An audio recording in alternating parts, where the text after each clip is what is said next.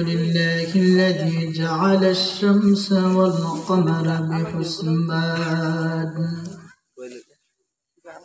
والنجم والشجر يسجدان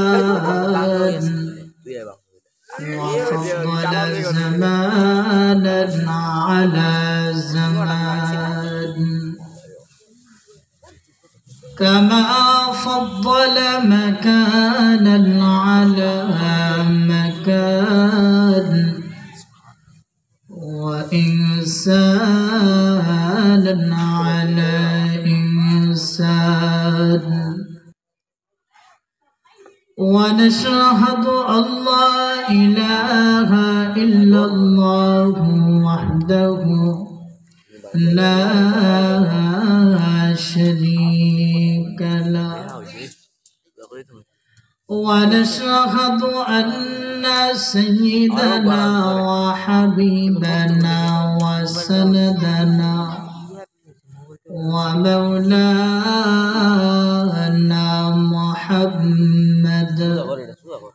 محمدا عبده ورسوله أما بعد فأعوذ بالله من الشيطان الرجيم بسم الله الرحمن الرحيم ومن ورائهم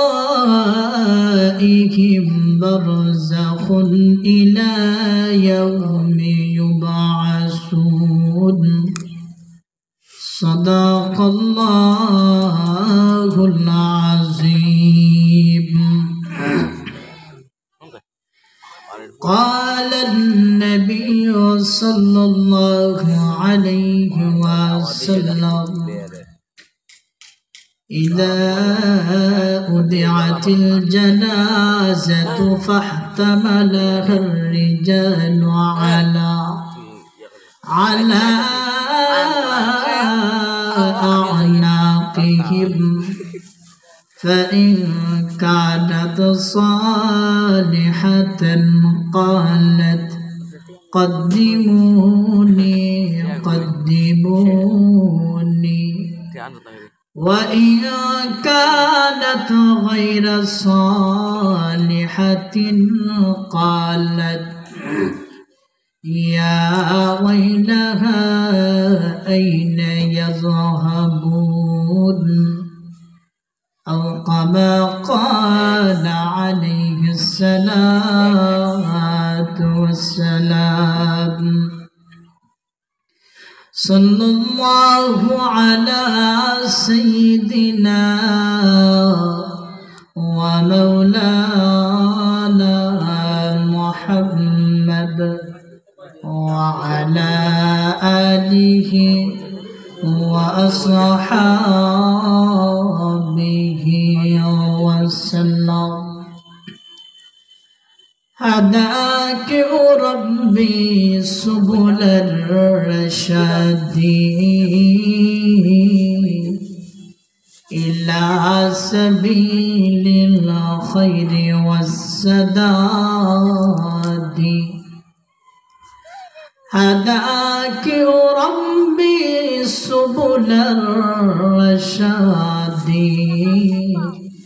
إلى سبيل الخير والسداد ديني من الحائط بالبداد فقد مها منك ردا إلى التنادي فقد مها منك ردا إلى التنادي أقربته الله على اعتبادي بالتاء إلى من ولا ارتداد بالتاء إلا من والارتداد لا إله إلا الله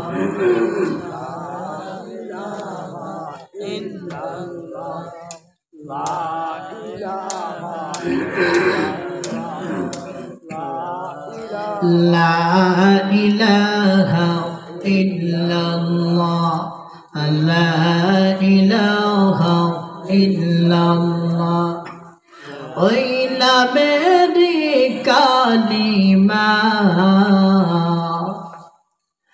ওইলা Mary কালিমা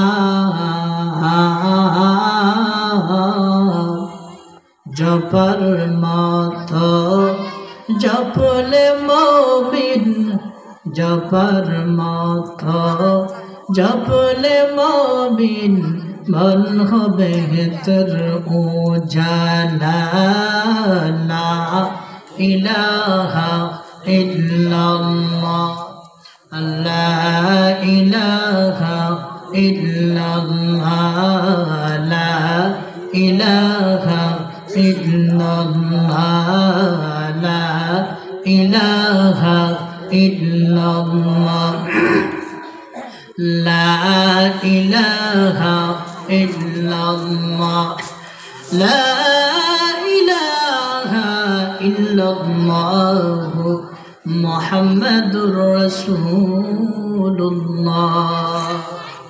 সাল্লাল্লাহু আলাইহি ওয়াসাল্লাম।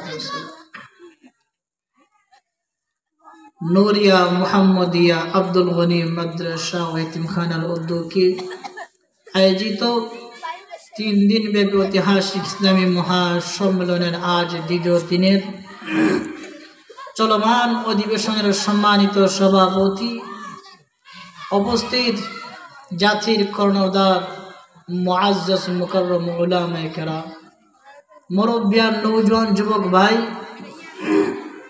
পর্দার আড়ালে অবস্থানগত আমার শ্রদ্ধেয় পর্দানেশীন মা ও বোন, সর্বপ্রথম সেই মহান মাওলা কারীমের দরবারে লাখ কোটি শুকরিয়া আদায় করি যে মহান আল্লাহ সুবহানাহু ওয়া তাআলা কঠিন একটা পরিস্থিতির ভিতরে, যে সময় পুরা দুনিয়ার সমস্ত মানুষ, পুরা দুনিয়ার সমস্ত ইহুদি খ্রিস্টান বৌদ্ধ বেদিন কাফের যারা আছে সবাই একবদ্ধ হয়ে গেছে মুসলমানদের ঈমানকে কিভাবে শেষ করা যায়। এই কঠিন একটা মুহূর্তে আপনি আমি একটি নবীর বাগানে ইসলামী মাহফিলে আসার সুযোগ হয়েছে, সেজন্য মহান আল্লাহর কাছে শুকরিয়া আদায় করি আলহামদুলিল্লাহ। কঠিন একটা মুহূর্ত চলতেছে।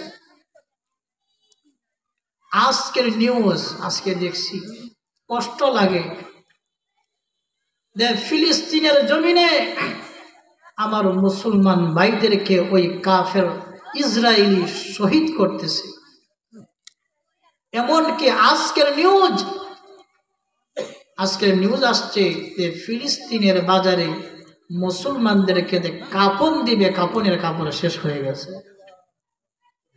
এতটুকু কষ্টের ভিতরে আছে মুসলমান। কেন?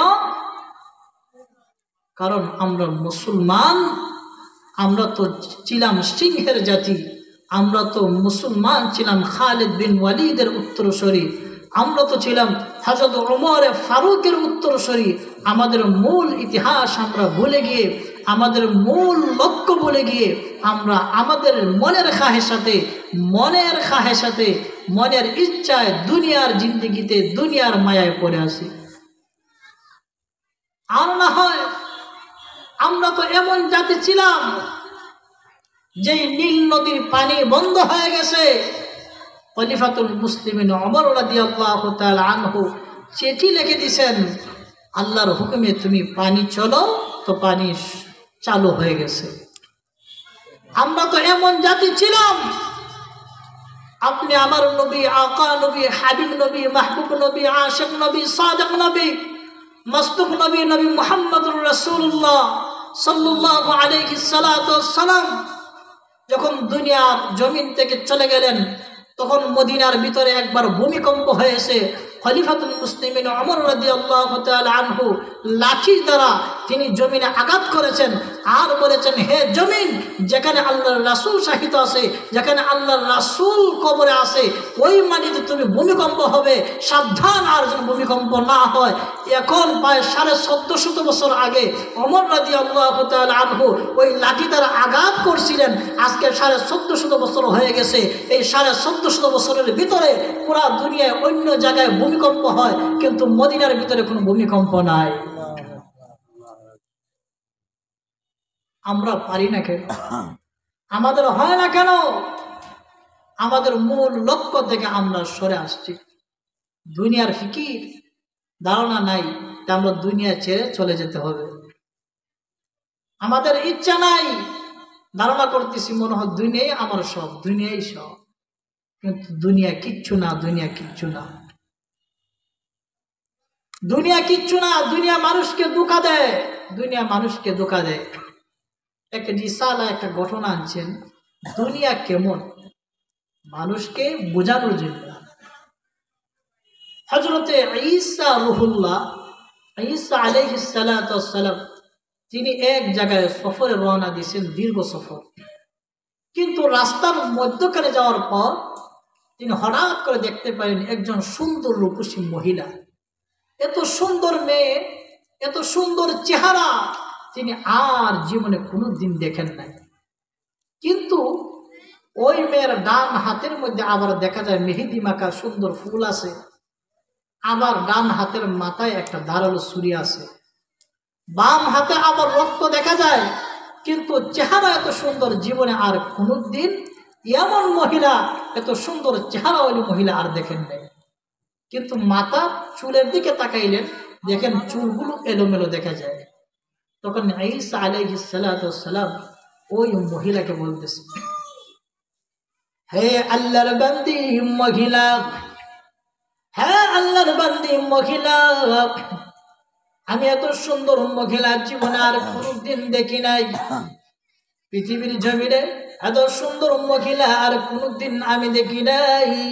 হে আল্লাহর বান্দি, তোমার চেহারা এত সুন্দর, আর তোমার ডান হাতে সুন্দর একটা মেহেদি মাখা ফুল দেখা যায়, আবার ডান হাতের মাথায় একটা ধারালো ছুরি দেখা যায়, আবার বাম হাতে রক্ত দেখা যায়, আবার মাথার চুলগুলো এলোমেলো দেখা যায়। হে আল্লাহর বান্দি, ও মহিলা, তুমি কে? তোমার পরিচয়টা আমাকে দাও, তোমার পরিচয়টা আমি জানতে চাই।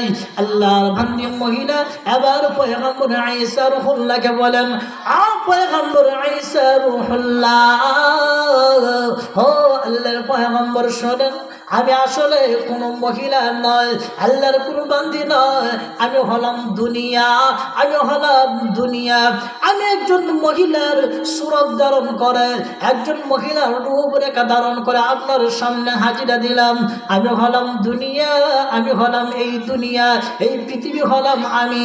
তখন পয়গম্বর ঈসা বলেন, তাহলে ও দুনিয়া, তোমার চেহারা এত সুন্দর দেখা যায়, তোমার হাতে দেখা যায় একবার সুন্দর একটা মেহেদি মাখা, আবার হাতের মাথায় দাঁড়ানো একটা চুরি দেখা যায়, আবার বাম হাতে রক্ত দেখা যায়, তাহলে তোমার এমন অবস্থা কেন?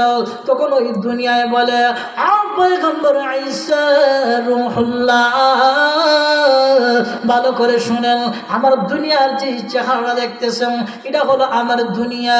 আমার দুনিয়ার চাকচিক্য বড় সুন্দর, আমার দুনিয়া বড় সুন্দর। আমি আমার চেহারা দেখাই, আমার দুনিয়া দেখাই মানুষকে ডাকি, আসলে মানুষ আসো, আমার দুনিয়ার জন্য পাগল করা হয়ে যাও, দুনিয়ার জন্য পাগল হয়ে যাও। আমি দুনিয়া যখন মানুষকে ডাকি, দুনিয়াতে আরাম আয়েশ বেশি, দুনিয়াতে গুনাহ করলে বান্দা মজা পায়, দুনিয়াতে নাফরমানি করলে বান্দা মজা পায়, দুনিয়াতে যত আখাম আছে করলে বান্দা মজা পায়।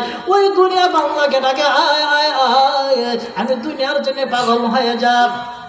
তখন আমার চেহারা দেখতেছেন সুন্দর, এটা হলো দুনিয়া। আমি যখন দুনিয়ার সৌন্দর্য দেখাই, তখন ওই দুনিয়ার যে মানুষ আছে, কিছু মানুষ আছে দুনিয়ার জন্য পাগল হয়ে যায়, শুধু দুনিয়া চায়, দুনিয়া চায়, তারা মহান আল্লাহকে ভুলে যায়, মহান আল্লাহর হুকুম ঠিক মতো আদায় করে না, রাসূলের তরিকা ঠিক মতো আদায় করে না। দুনিয়ার জন্য যখন পাগল হয়ে যায়, আল্লাহর হুকুম যখন মানে না, নবীর তরিকা যখন মানে না, তখন আমি দুনিয়া আবার ডান হাতে যে ছুরি দেখতেছেন, ওই ছুরি দিয়া ওই বান্দাকে আমি আঘাত করে শেষ করে দে। আবার পয়গম্বর ঈসা বলেন, তাহলে ও দুনিয়া, তোমার মাথার চুল গেল কেন এলোমেলো দেখা যায়, এর কারণটা কি? তখন দুনিয়া বলে, ও পয়গম্বর ঈসা, এই দুনিয়ার জমিনে কিছু আল্লাহ ওয়ালা আছে, কিছু আল্লাহর ওলি আছে, তারা দুনিয়ার জন্য পাগল হয় না।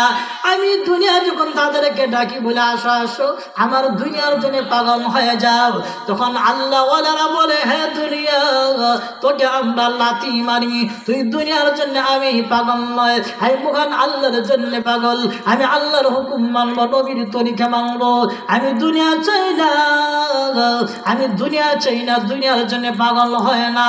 ওই সমস্ত যে আল্লাহ ওয়ালারা আছে, ওই আল্লাহ ওয়ালাদের লাথির কারণে আমার মাথার চুলগুলো এলোমেলো।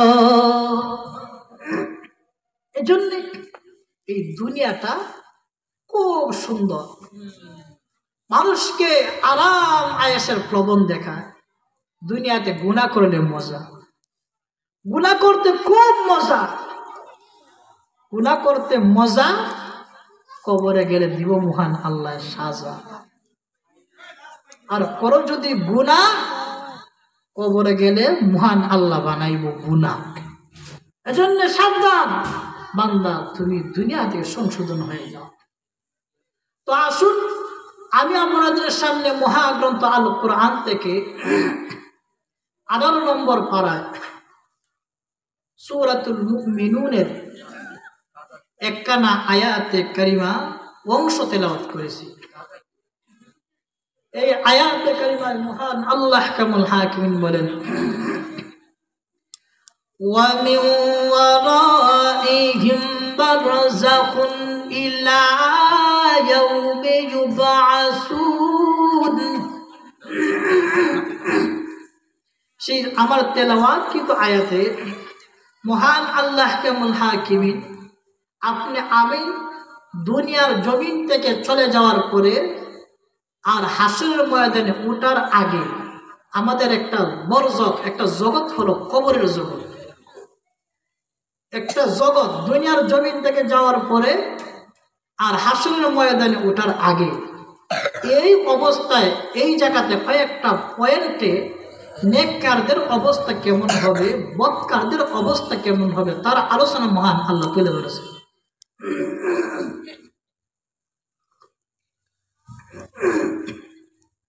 আমার সেই তেলাওয়াত কিন্তু আয়াতে মহান আল্লাহ কামুল হাকিমিন এই মধ্যবর্তী যে জগৎটা আছে, এই জগতের আলোচনা করছেন। আমি আপনাদেরকে 5টি অথবা 6টি পয়েন্ট নিয়ে আলোচনা করব, কোরআন এবং হাদিস থেকে আলোচনা করব।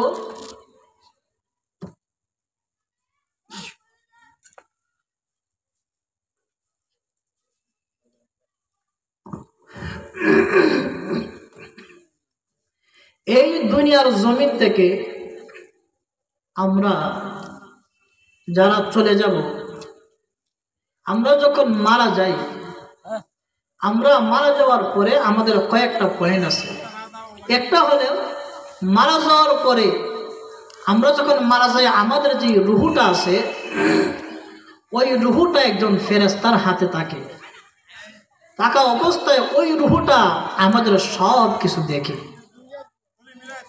আমাদেরকে কে গোসল দিল তাও দেখে এবং সে কথাও বলে, কে কাফন দিল তাও দেখে, কথা বলে, কে জানাজা পড়াইল তাও দেখে, কে তাকে নিয়ে কবরে গেল খাটিয়া বহন করলো তাও দেখে। এমনকি ওই রুহুটা আমাদের দুনিয়ার জমিনের মানুষের সাথে কথাও বলে। কিন্তু আমরা যারা নেককার আছি, তাদের বেলায় রুহুটা একরকম কথা বলে, আর যারা বদকার আছি নেককার না তাদের বেলায় রুহুটা আরেক রকমের কথা বলে।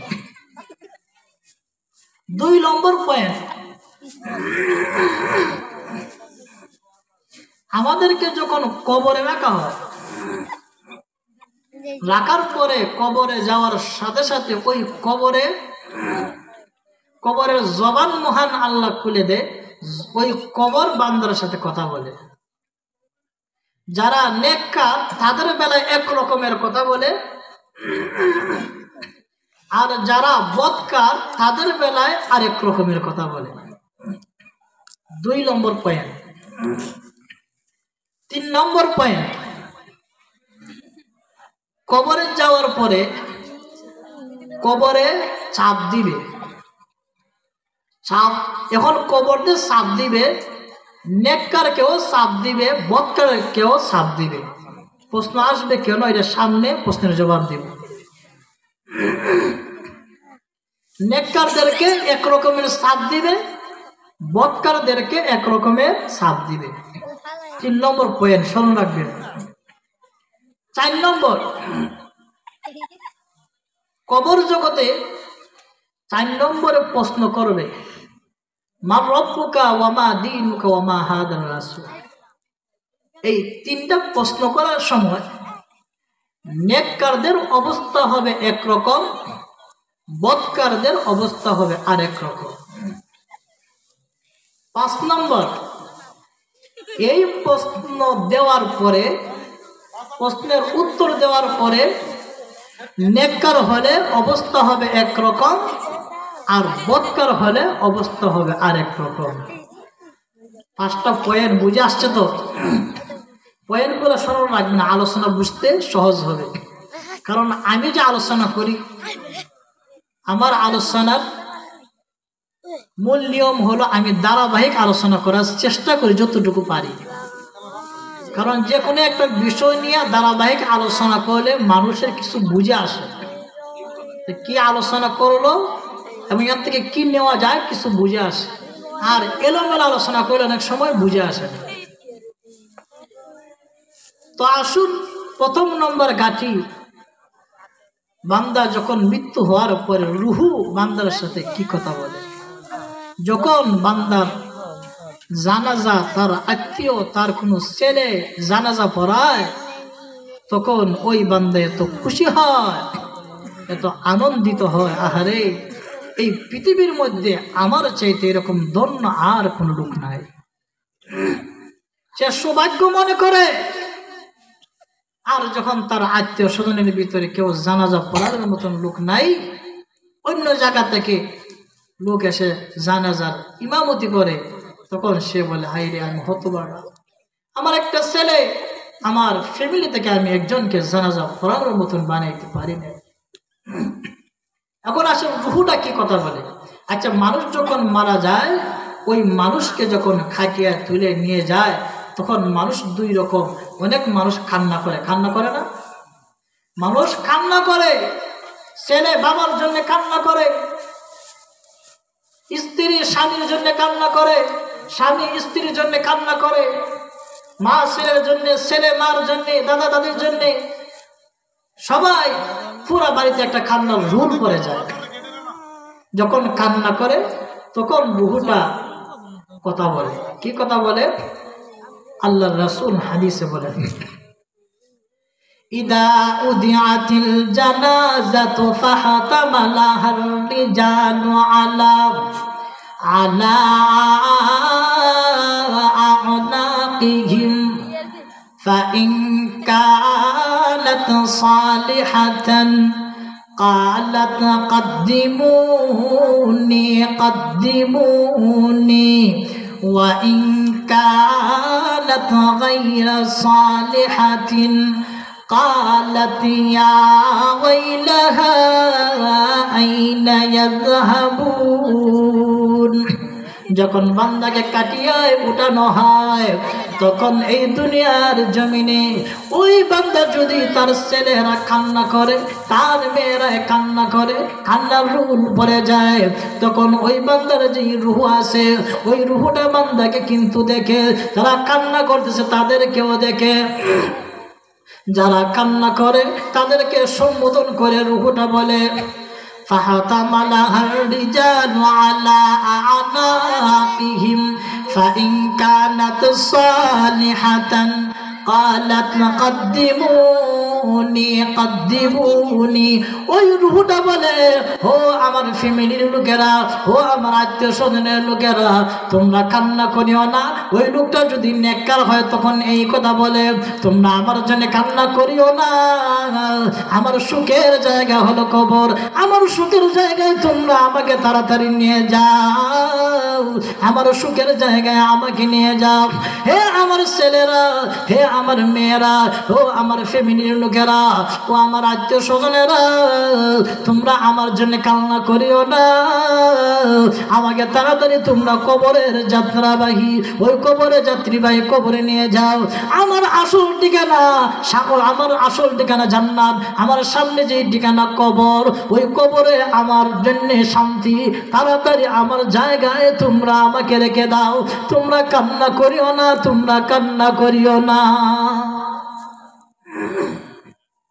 যদি নেককার হয় তাহলে এমন কথা বলে, আর যদি বদকার হয় আল্লাহর রাসূল বলেন ওয়া ইন কানাত গায়রা সালিহাতিন قالت يا ويلها أين يذهبون قالت يا ويلها أين يذهبون যদি বদকার হয় বান্দারা, যদি নেককার না হয়, তখন রূহ বলে, ও আমার ছেলে, এ আমার মেয়ে, ও আমার আত্মীয়স্বজনের লোকেরা, আমাকে তোমরা কোথায় নিয়ে যাইতেছো, আমাকে তোমরা কোথায় নিয়ে চলতেছো, সাবধান, আমাকে নিও না, আমাকে নিয়ে যাও না, আমাকে যদি তোমরা নিয়ে যাও ওই কবর জগতে গেলে আমাকে শাস্তি দিবে, আমাকে শাস্তি দিবে, কারণ সামনে এমন একটা জগৎ, এই কবর জগতে গেলে আমি বরদাস্ত করতে পারবো না, আমাকে কঠিন শাস্তি দেওয়া হবে, আমাকে তোমরা কোথায় নিয়ে যাও, আমাকে তোমরা কোথায় নিয়ে যাও, ওই কবর জগতে ওই দিকে আমাকে নিয়ে যাও না, আমাকে তোমরা রেখে দাও, আমাকে তোমরা রেখে দাও, যতই ডাকুক না কেন ওই বান্দাকে কিন্তু রাখা হবে না, রাখা হবে, রাখা হবে না। এত এক নম্বর পয়েন্ট, বান্দা যখন মারা যাবে ওই রূহটা যদি নেককার হয় তাদের বেলায় এক রকমের কথা বলবে, আর যদি বদকার হয় তাদের বেলায় ভিন্ন রকমের কথা বলবে। এখন বলেন তো আমরা কি চাই? আমরা চাই নেককারের দলের ভিতরে হইতাম, ঠিক না? মহান আল্লাহ যেন আপনি আমাকে নেককারের অন্তর্ভুক্ত করেন। এখন বান্দাকে যখন নেওয়া হবে কবরে, কবরের কাছে নেওয়ার পরে কবরের জবান মহান আল্লাহ খুলে দিবে, তখন কবর বান্দাকে দেখাই বলবে, যদি নেককার হয় তো এক রকমের কথা বলবে, আর যদি বদকার হয় আরেক রকমের কথা বলবে। যদি নেককার হয় কবর বলবে, হে আল্লাহর বান্দা, আয় আয় আয়, আসো, এই কবর তোমার জন্য জান্নাতের বাগান। ইন্নামাল কবরু রাউদাতুম মিন রিয়াজিল জান্নাহ আও হুফরাতুম মিন হুফারিন নার। মহান আল্লাহ কবরের জবান খুলে নিবে, কবর বলবে, আয় বান্দা আয়, তোর জন্য আমি হলাম জান্নাতের বাগান। হে বান্দা, তুমি দুনিয়ার জমিনে নেক আমল করেছো, দুনিয়ার জমিনে বান্দা নেক আমল করেছো, দুনিয়ার জমিনে তুমি আমাকে সন্তুষ্ট করে দিয়েছ, আল্লাহকে সন্তুষ্ট করে দিয়েছো, এজন্য বান্দা আসো, কবর জগতে আসলে আজকে তুমি দেখতে পারবে তোমার সাথে আমি কবর কি সুন্দর ব্যবহার করি। আর ওই লোকটা যদি বদকার হয় তখন কবর বলে, হে জালেম, দুনিয়ার জমিনে মহান আল্লাহ তোমাকে বানাইছে, কতগুলা নিয়ামত মহান আল্লাহ তোমাকে দিছে, হে জালেম তুমি আল্লাহর হুকুম মানো নাই, আল্লাহকে সন্তুষ্ট করতে পারো নাই, রাসূলকে সন্তুষ্ট করতে পারো নাই, হে জালেম কবরে আসো, আসার পরে দেখবে আজকে আমি কবর তোমার সাথে কেমন আচরণ করি, কেমন শাস্তি দেই, আজকে আসো, কবরের ভিতরে ঢুকলেই তুমি বুঝতে পারবে কেমন শাস্তি দে। 2 নম্বর পয়েন্ট, কবর নেককারদের বেলায় এক রকমের কথা বলবে, বদকারদের বেলায় এক রকমের কথা বলবে। কারণ এই কবরটা বড় কঠিন বিষয়। এটা প্রথমে একটা গাড়ি যদি মানুষের জন্য সহজ হয়ে যায়, বাকি সব গাড়ি সহজ হয়। কারণ আল্লাহর রাসূল ভিন্ন আরেক হাদিসে বলেন, আল কবরু আউয়ালু মানজিলিন মিন মানাজিলিল আখিরাহ ফামান নাজা মিনহু ফামা বাদুহু ওয়াইসার। বান্দা এই কবরের প্রথম গাড়িতে যদি বান্দা নাজাত পেয়ে যায়, বান্দার সমস্ত গাড়িতে বান্দা নাজাত পেয়ে যাবে। আর প্রথম গাড়িতে যদি বান্দা আটকা পড়ে যায়, বান্দার সামনে কোনো গাড়িতে বান্দা পার হতে পারবে না। গেল 2 নম্বর পয়েন্ট, কবরে রাখার পরে কবর মানুষের ভাষায় বান্দার সাথে কথা বলবে। 3 নম্বর, কবর বান্দাকে ছাপ দিবে। এখন কবর ছাপ দিবে। একদিন হুজুর আকরাম সাল্লাল্লাহু আলাইহি সাল্লাম সাহাবায়ে কেরামদেরকে নিয়ে একজন সাহাবী মারা গেছে। ওই সাহাবীর জানাজা পড়াইলেন। জানাজা পড়ানোর পরে ওই সাহাবীকে যখন কবরে রাখলেন, রাখার পরে আল্লাহর রাসূল বলতেছেন, ও আমার সাহাবীরা, এই মুহূর্তে যে সাহাবীকে কবরে রাখা হলো, আহারে তার কবরে তো কবর ওই সাহাবীকে সাপ দিবে। কি দিবে? সাপ দিবে। সেই কথা বলার পরে সাহাবায়ে কেরাম আল্লাহ রাসূলকে বলে, ইয়া রাসূলুল্লাহ, ইয়া হাবিবাল্লাহ, আল্লাহর পয়গম্বর, আপনার সাহাবী হওয়ার পরে ওই সাহাবীকে কবরে রাখার পরেও কি ওই সাহাবীকে সাপ দিবে? আল্লাহর পয়গম্বর তখন সাহাবায়ে কেরামদেরকে লক্ষ্য করে বললেন, ও আমার সাহাবীরা ভালো করে শোনো, আমার সাহাবীরা ভালো করে শোনো, এই কবরের সাপ থেকে যদি সাহাবীরা বাঁচত, তাহলে আমার একজন সাহাবী, তার নাম হলো মুআজ ইবনে জাবাল, আমার সাহাবী ওই মুআজ ইবনে জাবাল ওই কবরের সাপ থেকে বাঁচত। আল্লাহর রাসূল সেই সময় সেই কথাটা বলছিলেন। কেন বলছিলেন? আল্লাহর রাসূল বললেন, ও আমার সাহাবীরা শুনো, ওই মুআজ ইবনে জাবাল একজন জলিলুল কদর সাহাবী। ওই মুআজ ইবনে জাবাল কেমন সাহাবী? আল্লাহর রাসূল বলছিলেন, হাদাল্লাযী তাহাররাকা লাহুল আরশু ওয়া ফুতিহাত আবওয়াবুস সামা ওয়া শাহিদা লাহু ৭০ আলফাম মিনাল মালাইকাতি লাকাদ জাম্মা জাম্মাতান সুম্মা ফুররিজা আলাহু। আল্লাহর পয়গম্বর বললেন, ও আমার সাহাবায়ে কেরাম, আমার সাহাবী মুআজ ইবনে জাবাল রাদিয়াল্লাহু তাআলা আনহু, ওই মুআজ ইবনে জাবাল যেদিন দুনিয়ার জমিন থেকে মারা গিয়েছিল, হাদাল্লাযী তাহাররাকা লাহুল আরশু, ও আমার সাহাবীরা শুনো, মহান আল্লাহর যে আরশটা আছে, ওই মহান আল্লাহর আরশ ওই মুআজ ইবনে জাবাল যেদিন মারা গিয়েছে, ওই আরশ ঝুলতে শুরু করে দিয়েছে।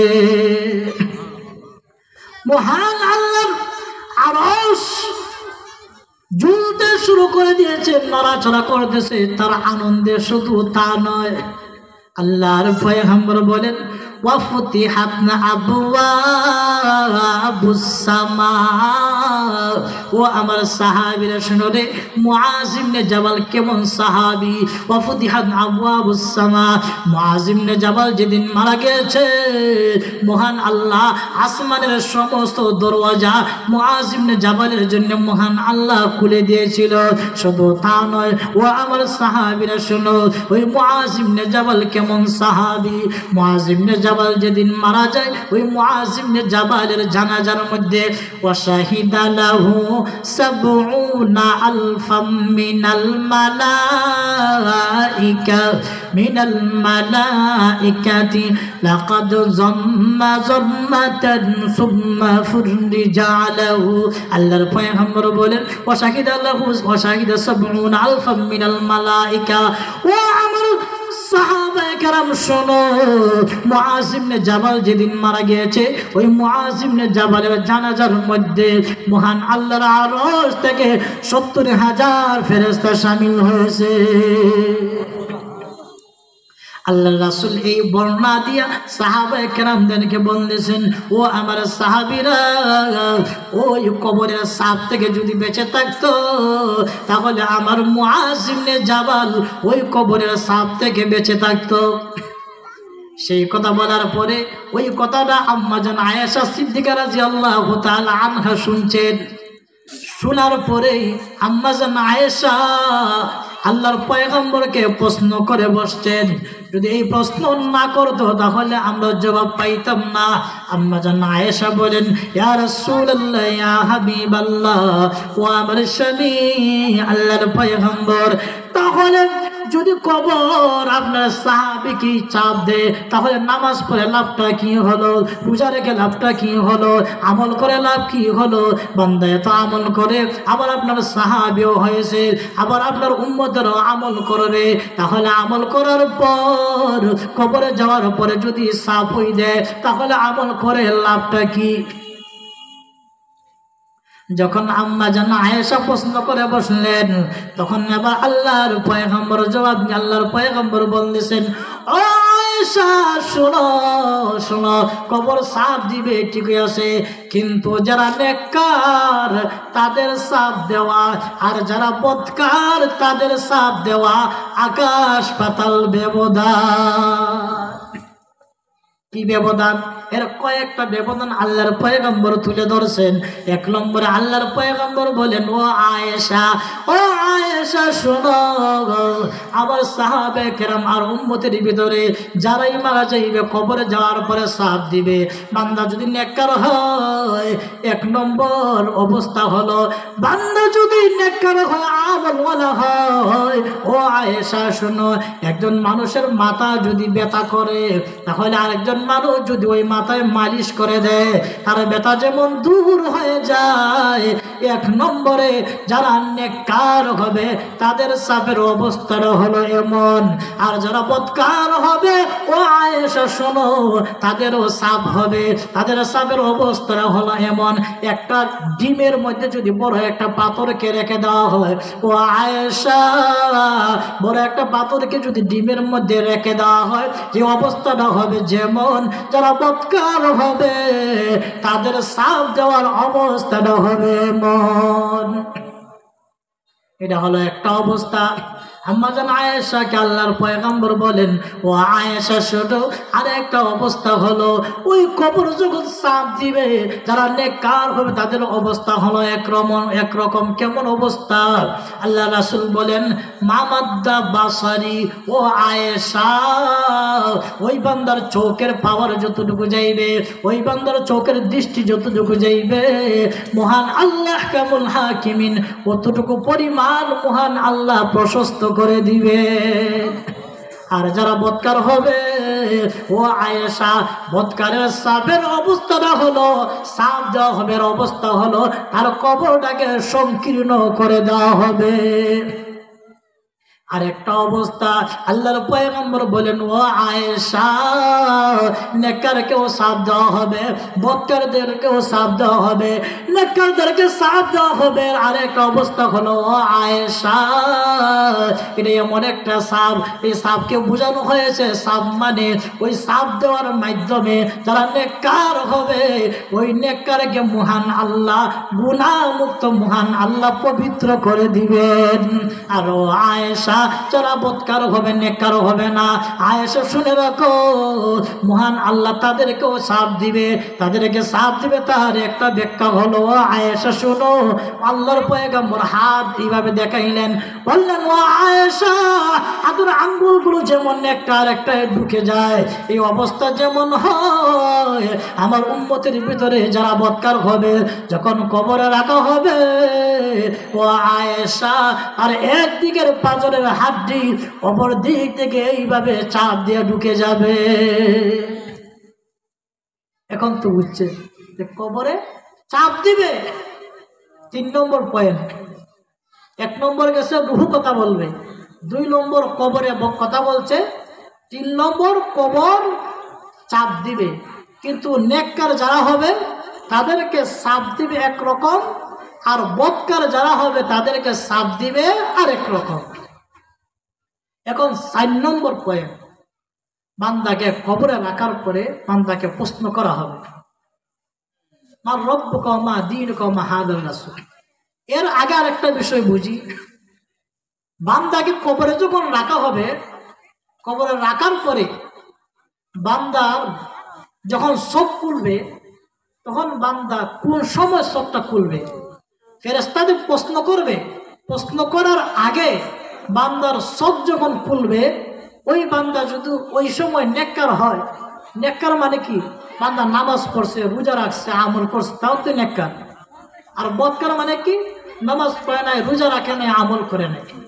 নেককার যারা হবে কবরে রাখার পরে মুনকার নাকির প্রশ্ন করার পূর্বে বান্দার চোখ খোলা হবে। চোখ বান্দা কোন সময় খুলবে? ওই সময় নামাজ বান্দার কি উপকারে আসবে?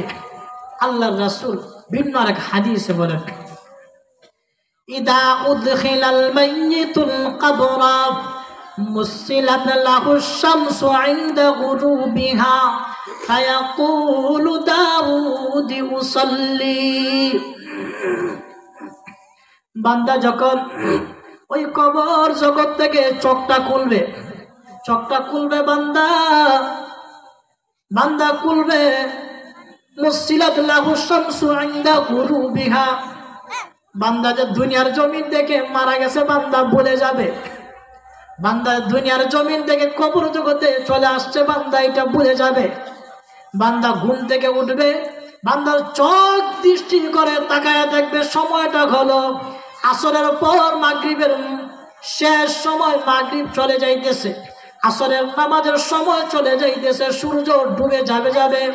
বান্দা চোখ খুলে সামনে নজর করে দেখবে পশ্চিমের দিকে সূর্যটা যেন ডুবে যাইতেছে। তখন বান্দা চোখ খোলা মাত্রই বান্দা দুনিয়ার জমিন থেকে মারা গেছে এটা ভুলে যাবে। বান্দার ধারণা হলো আমি তো নামাজি বান্দা, নামাজ পড়ি, আসরের নামাজের সময় চলে যাইতেছে, আমি কেমনে নামাজ পড়বো? আমার তো উজু নাই, উজুর পানি নাই, উজুর পানি হলে না নামাজ পড়বো। বান্দা দুনিয়ার কথা বলে গেছে। এই মুহূর্তে ফেরেশতা আসবে, আসিয়া বান্দাকে বলবে মার রব্বুকা। যখন মার রব্বুকা বলবে তখন বান্দা ধমক দিয়া বলবে, হে বান্দা তুমি কে? আমাকে তাড়াতাড়ি উজুর পানি দাও। এই প্রশ্নের জবাবের সময় আমার নাই। আর সামনে তাকায় দেখো না, আসমানের সূর্যটা ডুবে যাইতেছে, আমি নামাজি বান্দা ঠিক মতো নামাজ আদায় করি, তাড়াতাড়ি আমাকে উজুর পানি দাও, আমাকে উজুর পানি দাও। বান্দা একটা ধমক দিবে, ধমক দেওয়ার পর ওই ফেরেশতা বান্দার একদিকে চলে যাবে। কিন্তু বান্দা যদি তাহাজ্জুদ গুজার হয়, বান্দা ওই সব বান্দার আমল নেককার বান্দার কি অবস্থা হবে দেখেন। বান্দা যদি তাহাজ্জুদ পড়ে, আল্লাহর পয়গম্বর বলেন, ও আমার মুমিন বান্দা, ও আমার উম্মত, আল্লাহর পয়গম্বর বলেন, ও আমার উম্মত, বান্দা যদি তাহাজ্জুদ পড়ে, তাহাজ্জুদের নামাজ পড়ে, বান্দা যখন মারা যায়, ওই মারা যাওয়ার পরে বান্দাকে যখন কাফন দেওয়া হয়, ওই কাফনের ভিতরে তাহাজ্জুদের নামাজটা ঢুকে যায়।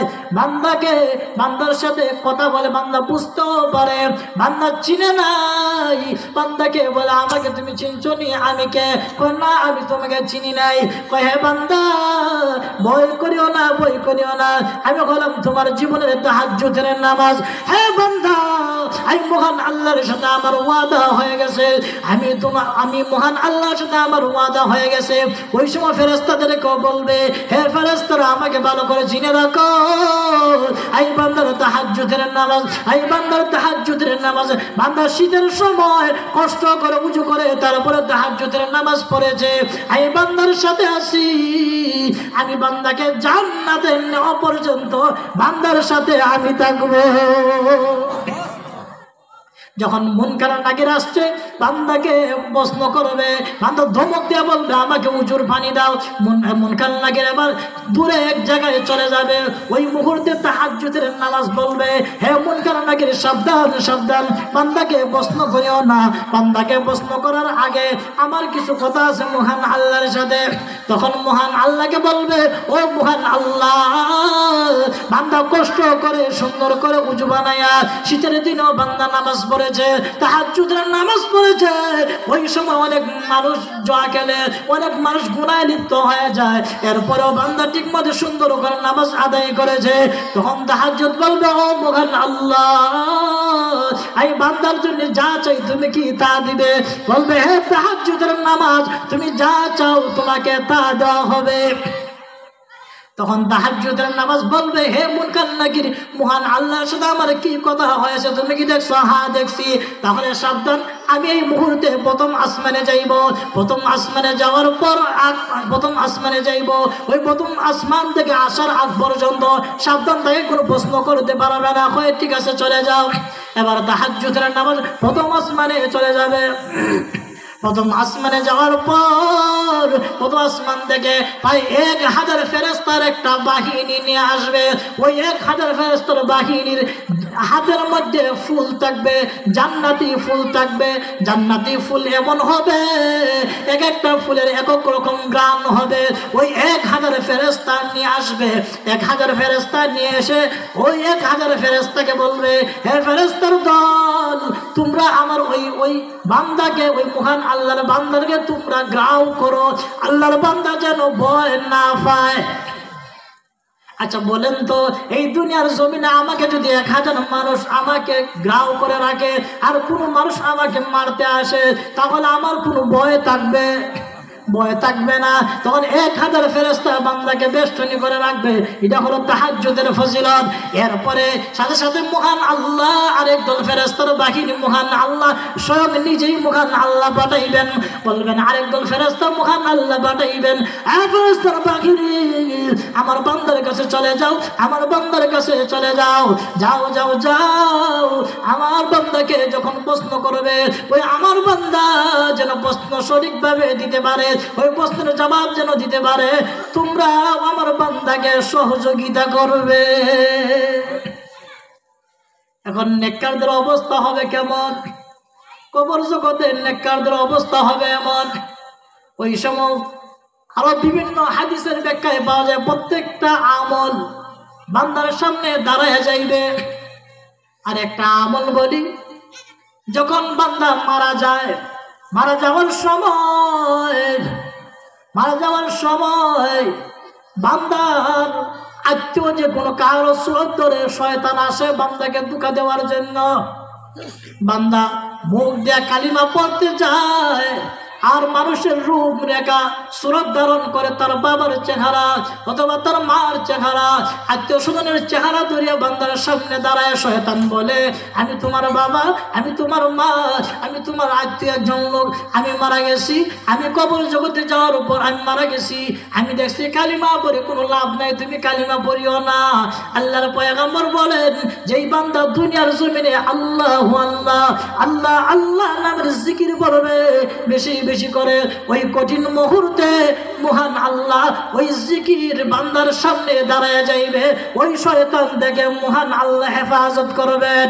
বান্দাকে যখন কবরে রাখবে, কবরে রাখার পরে একদিক থেকে বান্দার আযাব চলে আসবে, যখন আযাব চলে আসবে তখন ওই বান্দার উজু দাঁড়ায় যাইবে, হ্যাঁ এই বান্দাকে তোমরা আযাব নিও না, আমি বান্দার উজু 5 ওয়াক্ত নামাজ ঠিক মতো আদায় করেছে, বান্দা উজু করেছে, আমি আমলটা বান্দার সামনে দাঁড়ায় গেলাম, সাবধান বান্দাকে কষ্ট দিতে পারবে না, আযাব দিতে পারবে না।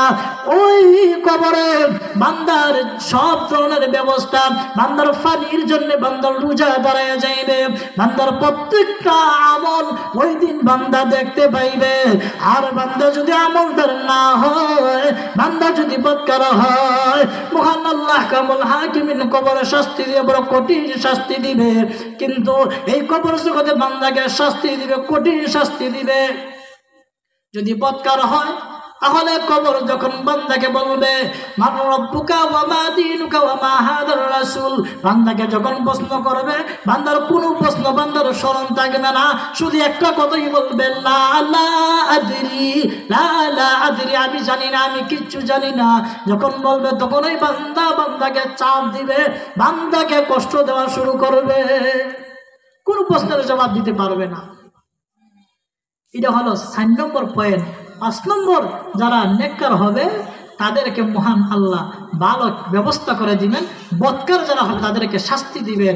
যারা নেককার হবে তাদেরকে মহান আল্লাহ ফেরেশতাদেরকে, মুনকার নাকিরকে মহান আল্লাহ ঘোষণা করবেন, فأبرشوه بالجنة وألبسوه بالجنة।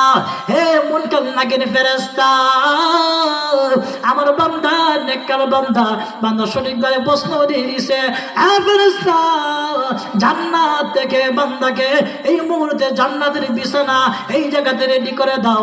আর জান্নাত থেকে প্রায় 77টা কালেকশন জান্নাত থেকে বান্দার কবরের মধ্যে করে দেওয়া হবে, আর কবরে জান্নাতি বিছানা পরায় দেওয়া হবে।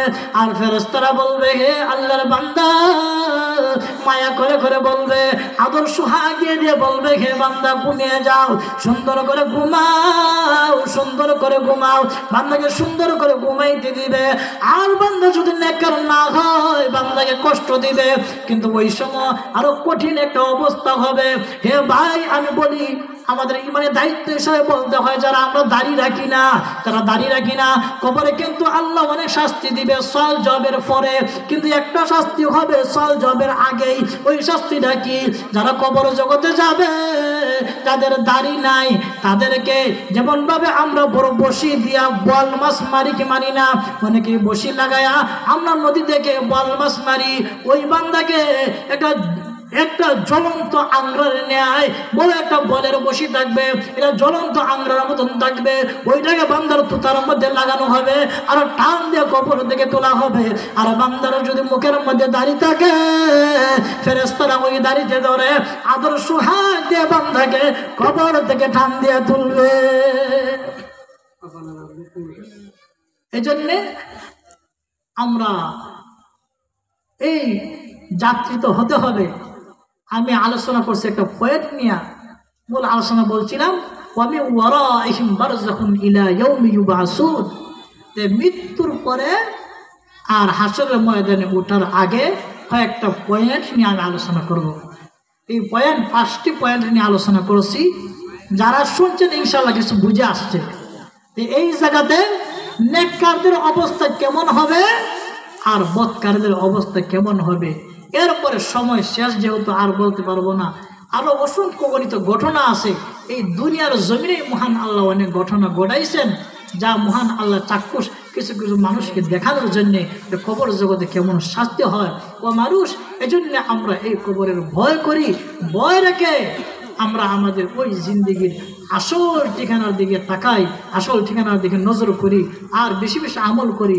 আমাদের মধ্যে শীত চলে আসছে, আল্লাহ রাসূল হাদিসে বলেন, আর শীতা ও রাবিউল মুমিন, আমার মুমিনদের জন্য শীত হলো বসন্তের ন্যায়। যেমন বসন্তকালে এই গাছে গাছের ডাল গাছের পাতাগুলো যেমন ঝরে যায়, ওই শীতকালে আমার উম্মতের গুনাহগুলো ঝরে যায়। কেন ঝরে যায়? এই শীতকালে আল্লাহ রাসূল বলেন, এই শীতকালে মহান আল্লাহ কেন বসন্ত ঋতু শীতকাল এই শীতটাকে বলছেন, আল্লাহ রাসূল এই জন্য বলছেন যে তালা লাইলুহু ওয়া কামা ওয়া কাসরা নারুহু ওয়া সামা। এই শীতকালে মহান আল্লাহ রাতটাকে দীর্ঘ করে দিয়েছেন। এই দীর্ঘ রাত্রে ইচ্ছা করলে তাহাজ্জুদের নামাজ পড়া যায়, পর্যাপ্ত পরিমাণ তৃপ্তি সহকারে ঘুমানোর পরেও তাহাজ্জুদের নামাজ পড়তে পারে। আর ইচ্ছা করলে দিনটা হলো ছোটো, বান্দা ইচ্ছা করলে রোজা রাখতে পারে। এজন্য আমরা আমল করার চেষ্টা করব।